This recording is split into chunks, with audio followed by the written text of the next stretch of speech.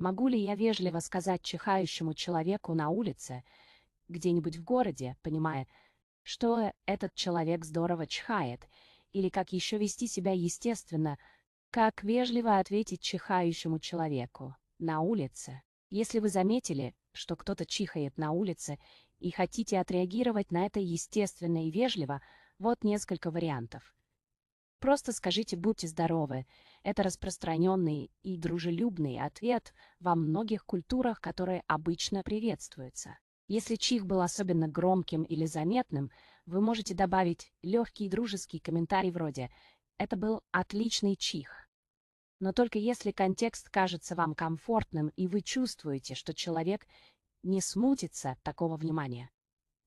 Если вас беспокоит вопрос гигиены, например, если человек не закрыл рот, обычно лучше не поправлять незнакомца напрямую, так как это может быть воспринято как невежливость или навязчивость.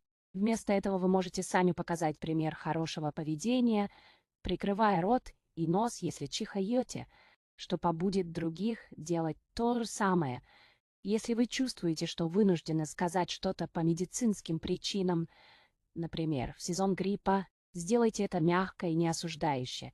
Извините, вы не могли бы воспользоваться салфеткой. Последнее время вокруг много всего. Используйте мягкий тон и улыбку, чтобы не показаться критиком. Советы по естественному поведению.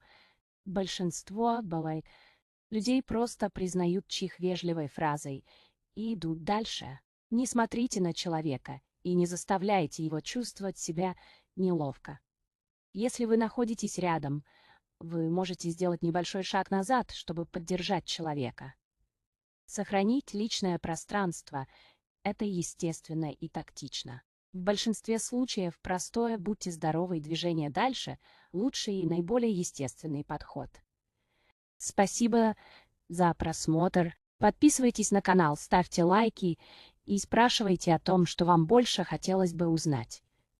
Непреодолимых вопросов непонимания не бывает, если вы сможете только быть достаточно для этого терпеливы и беспристрастно. Рассмотреть сначала другую точку зрения.